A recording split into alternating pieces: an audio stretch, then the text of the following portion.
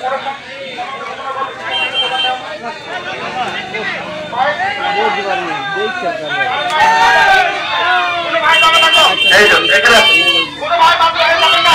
কয়েকদিন এগুলো জানান, এখন কেউ যাবেন না, অল্প সময়ের ভিতরে যেহেতু সময় হয়ে গেছে।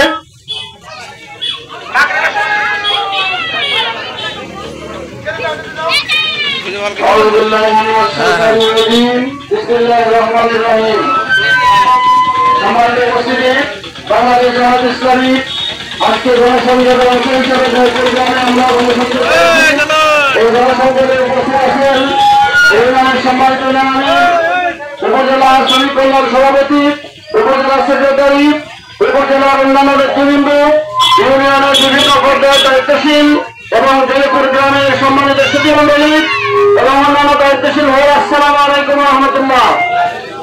আমরা জয়পুর গ্রামে গণসংযোগ করেছি, মানুষের স্বতঃস্ফূর্ত সাড়া পেয়েছি।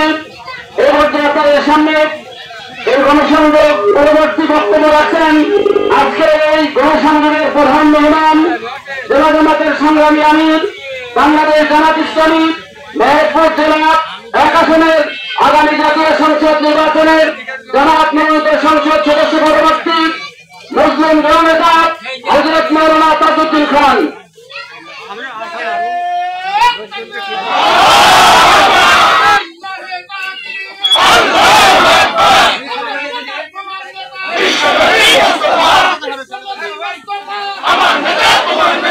আসসালামু আলাইকুম। ন্যায় এবং ইনসাফ ভিত্তিক একটা সমাজ, একটা কল্যাণ রাষ্ট্র প্রতিষ্ঠা করতে এই রাষ্ট্রের দল মত নির্বিশেষে, জাতি ধর্ম বর্ণ নির্বিশেষে 18 কোটি মানুষের 36 কোটি হাতকে কাজে লাগিয়ে আমাদের প্রিয় বাংলাদেশকে আমরা সামনে আগিয়ে নিয়ে যেতে চাই। প্রিয় ভাইরা, আমাদের পক্ষ থেকে কমিটমেন্ট হচ্ছে 2024 সালে 5 আগস্ট পর্যন্ত যারা প্রাণ দিয়েছিল তাদের দাবি ছিল বৈষম্যহীন একটা বাংলাদেশ গড়ার।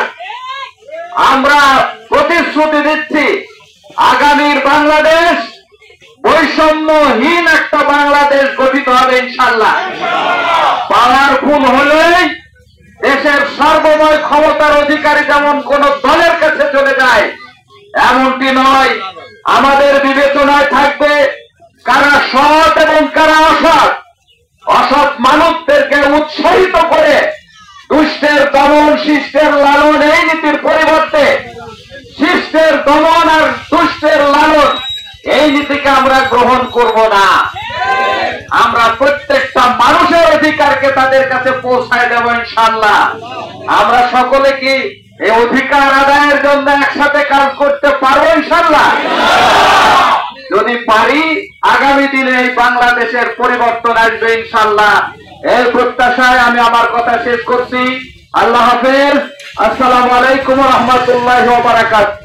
সুবহানাকাল্লাহুম্মা ওয়া বিহামদিকা আশহাদু আল্লা ইলাহা ইল্লা আনতা আস্তাগফিরুকা ওয়া আতুবু ইলাইক।